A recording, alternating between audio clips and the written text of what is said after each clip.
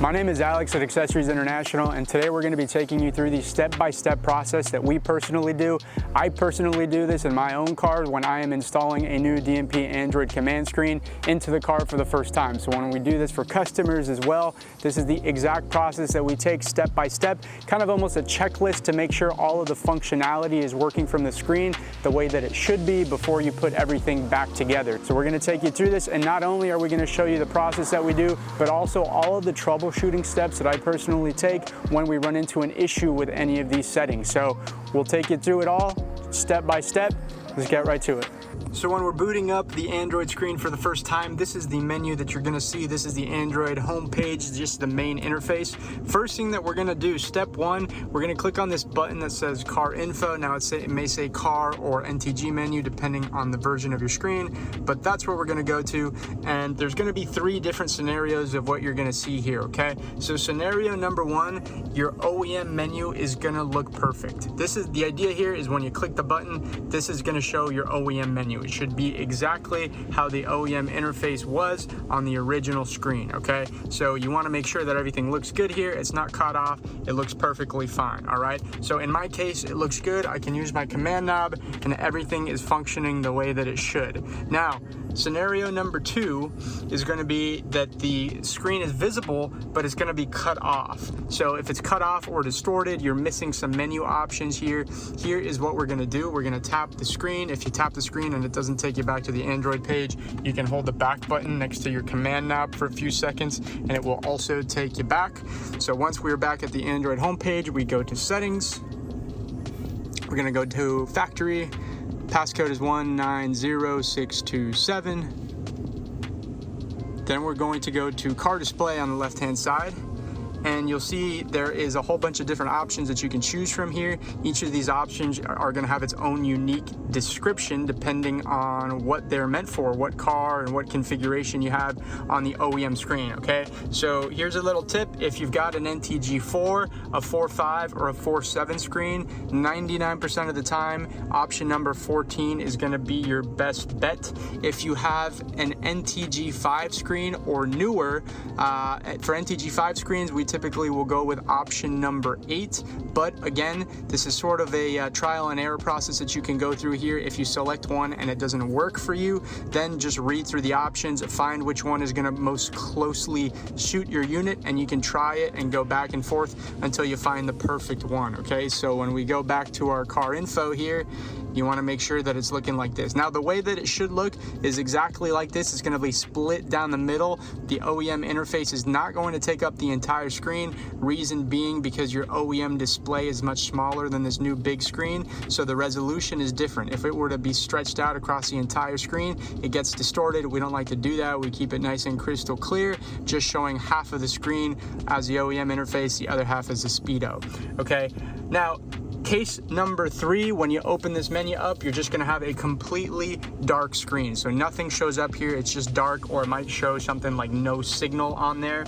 So if that's the case, the first thing I'd like you to test out is to make sure your OEM Mercedes radio is getting power, because this is just showing the Mercedes interface. So if this is off, then you're not going to see anything here. I'll give you an example. If I press the power button, it's just going to turn off, and for me it shows the time. For other people it might say no signal or just be dark, okay? So first thing, you can push your power button. Make sure that you're actually getting power here.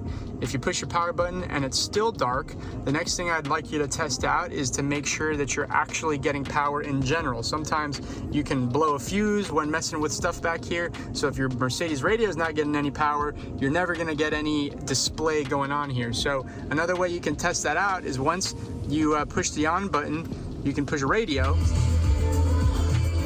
and make sure that you're actually getting sound, okay? Again, we don't know for sure, since the display is dark, we don't know for sure if it's on or not. So again, you could push the radio one more time, push the radio button again, see if you're getting any audio whatsoever.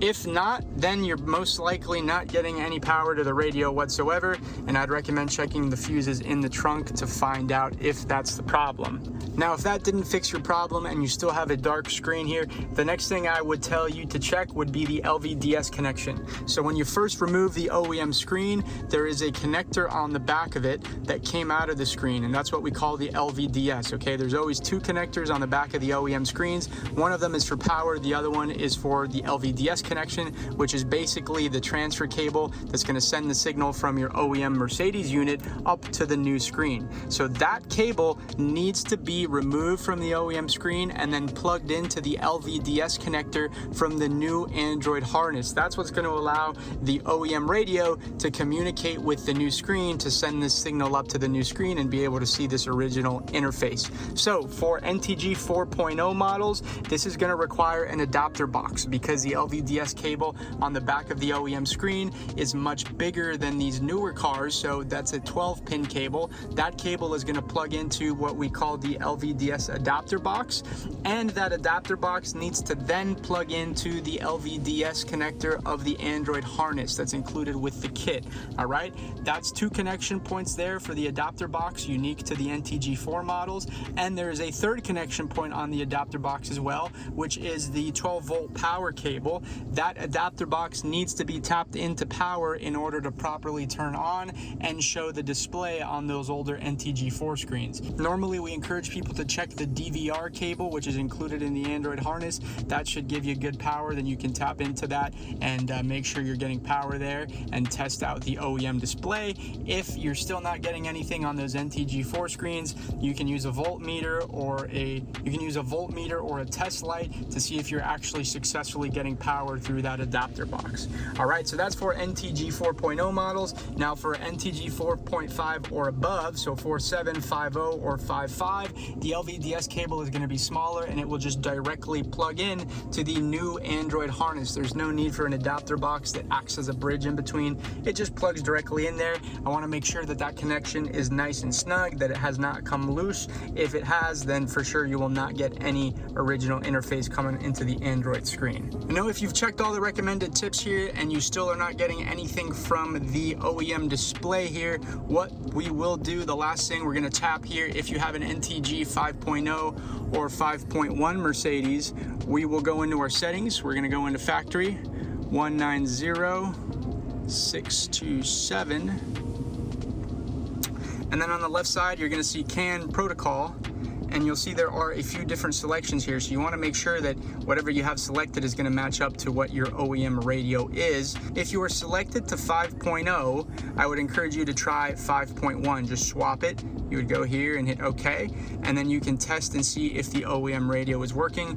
Another way of also testing this out without having to go back and forth, you can adjust the speed of the fan. See, if I lower the fan on the bottom of the screen, it comes up and shows me what the fan speed is and the temperature and such.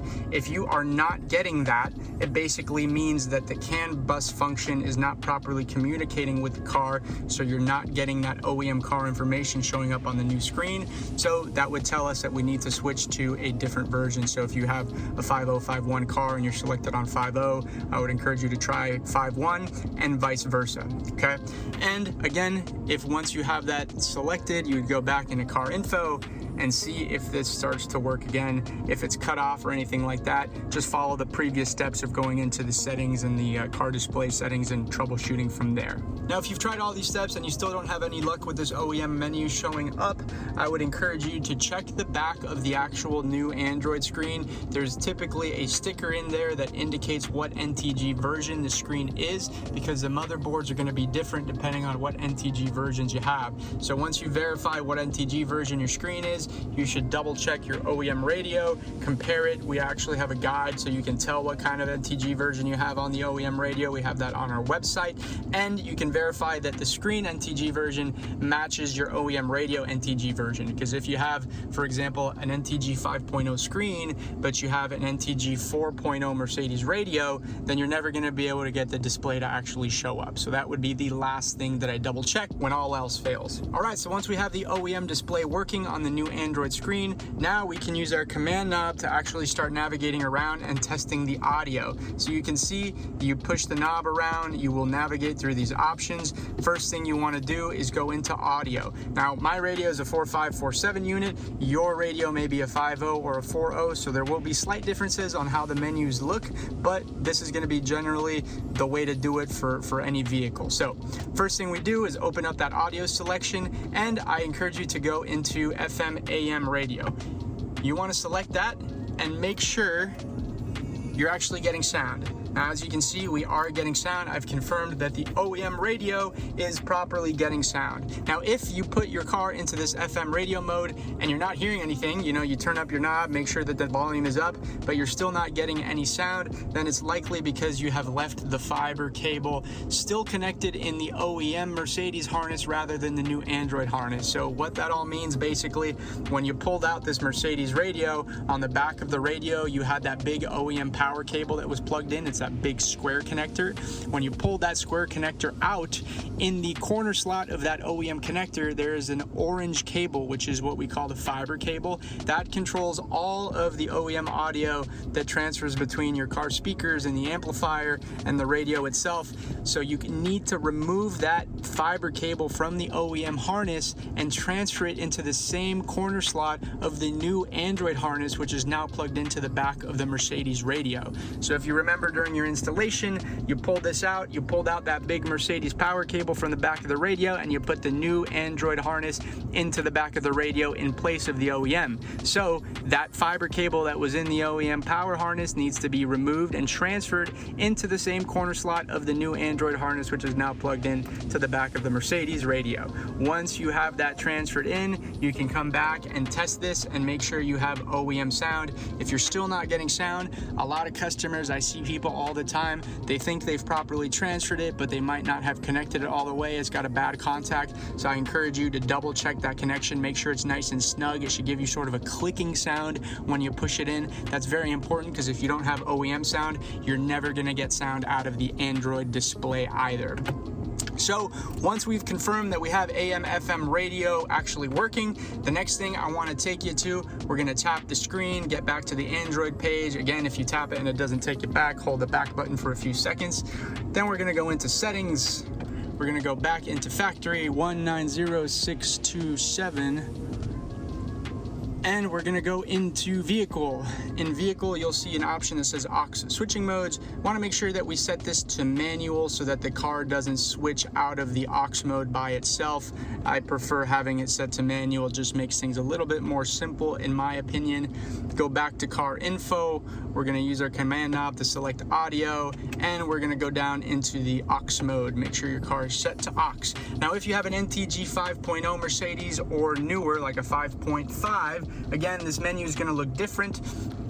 For your vehicle, you're going to want to make sure you go into the media interface mode. So again, you would go up into audio, you're going to see media interface number 1 or number 2, and you need to select one of those depending on where you plugged in your audio out cable inside of that center console storage box. So we're going to get to that. First thing we want to do, now that we have it in aux mode or media interface mode, we're going to go back to the Android screen. We're going to click on video. We have some generic preloaded videos here. Turn up our volume and we can hear it. So that means the Android sound is now working. You want to just test that and make sure you can actually hear audio from here, okay?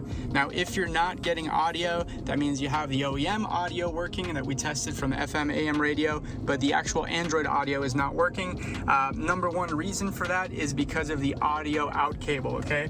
So in the center console storage box, depending on your car model, what NTG version you have, you're either going to have this AMI connector.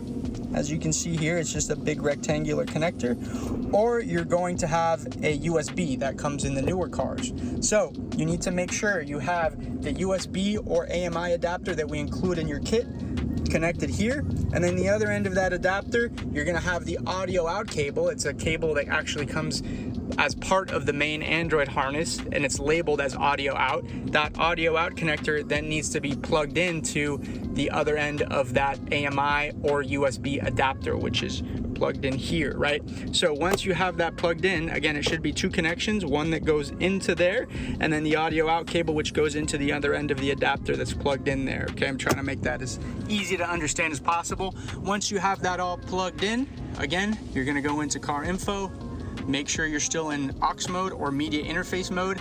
And again, for the cars that have USBs down here, which are the 5.0 and newer cars, you're gonna have one of 2 different USBs, okay? They'll be labeled as number 1 and number 2. So if you're plugged into the number 1 USB, you gotta make sure that you have this menu set to media interface 1. If you're plugged into USB number 2, you gotta make sure that you have it set to media interface 2, okay? So that the physical connection in your car needs to match what you actually select on this menu. All right, once you have that done, we'll tap back, get to the Android homepage, we'll go into our video selection again and test and make sure we have audio. And boom, we have audio, so we can confirm that that is properly working. Guys, I always encourage you to test the microphone feature so that when you're on a phone call, people can properly hear you and you can hear them. So at this point, I would encourage you to pair your phone up. If you open your phone's Bluetooth settings, it'll be FSC Car Kit. At this point, that's what the Bluetooth is named.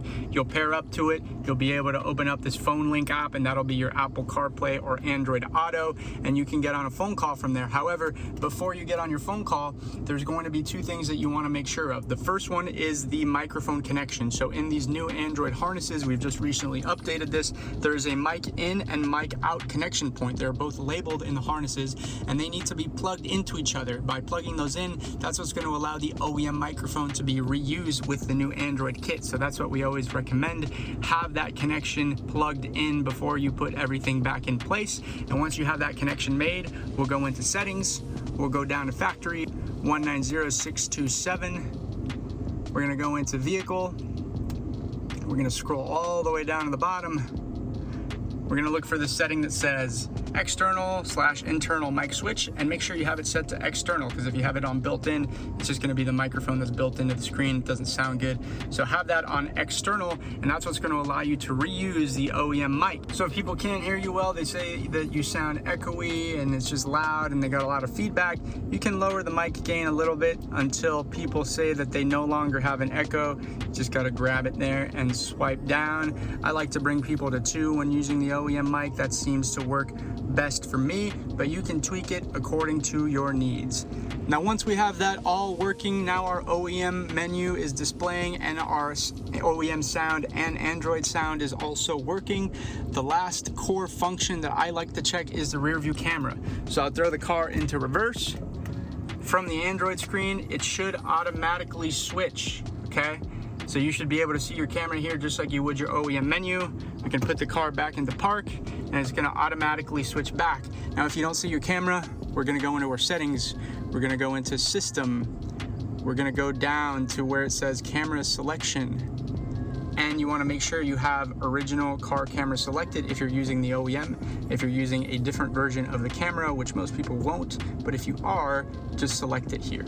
And lastly, guys, just a couple of quick settings that I like to tweak just to get everything tuned up. So we're gonna go into settings, and I go into system, scroll down, I'll go into backlight brightness, and just make sure that this is basically the brightness on the screen. Just make sure it's turned up to how you like it. That's number 1.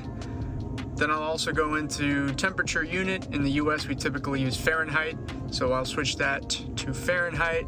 Then music app and video app selection. This basically is just gonna program the icons on the home screen to open up. So the music icon and the video app on the home screen, when you press those, it will open up whichever one of these apps you select. So instead of having the generic like MX player that it comes pre-programmed with, you can put it to Z-Link, that's like your CarPlay app, or YouTube or Spotify or whatever you download. As you download the apps, they will show up here so you can program those for yourself. Same thing goes for video app. Then I also will go into volume. You can tweak this as you see fit. So like if your audio feels distorted, you can bring your Android media volume down. If it just feels a little too low, you can bring it up. Same deal with your calls. Sound, this is gonna tweak just a couple bass and treble. You can fine tune there a little bit. And then I also like to go into Time, you can set your time up here. And then the last few things I like to go into: factory 190627, and then I'll go through some of these settings here. So scroll through here. Boot mode memory, this is basically what screen is going to pop up when you first turn on the car. So if you wanted to remember the last screen you were on, you can put enable, or if you wanted to boot up with the Mercedes original car interface or the Android homepage, you can choose that there. Automatic backlight control, I like to just turn that off. That's going to auto adjust the brightness of the screen depending on how much ambient light is in the area. Unit selection, I like to put that on imperial. That's going to be like miles per hour instead of kilometers. Then I'll go into vehicle. Aux switching modes, we already switched to manual. Select how many doors your car has, and if you're a driver's seat on the left or the right. Your speedometer selection, depending on how fast you can do the conversions from kilometer to hours, but if your speed gauge shows up to 160 or 180, whatever kind of car you have, you can choose that accordingly.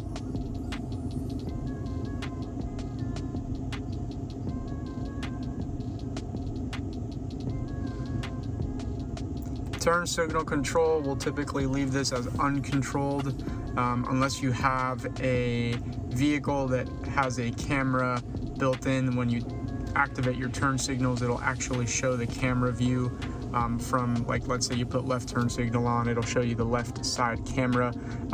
If you don't have that feature, just leave this as uncontrolled. And air conditioning, that's basically if you want to show your temperature adjustments or fan speed adjustments as you modify them down here, you can have that checked on.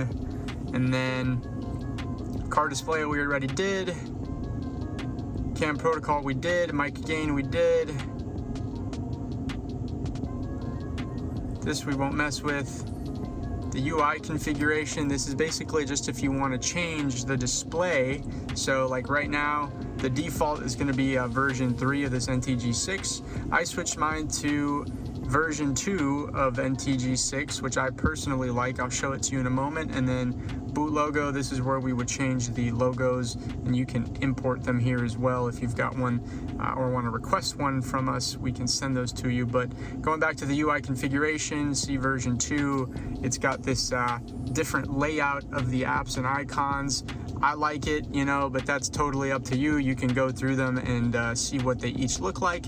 And then a big tip that I like whenever you're selecting one of those new UI configurations, or in general, if you need to reset the unit, if it's giving you problems connecting to Bluetooth or whatever it might be, you can swipe down once with your finger, swipe down a second time, and then you have access to this power button, which will allow you to restart. So you don't need to turn your car engine on and off whenever you want to reboot the screen. That power button just makes it easier to control in that way. And then guys, as well, if you ever want to download applications, you want to be able to watch videos or get a game or whatever it might be, you'd open up applications and then you'll spot the Play Store. So this is where all the apps you download, they're going to go here into this application file. And then the Play Store, this is what's going to open up your Google Play Store where you can download everything. Now, as you can see, it shows me as being offline.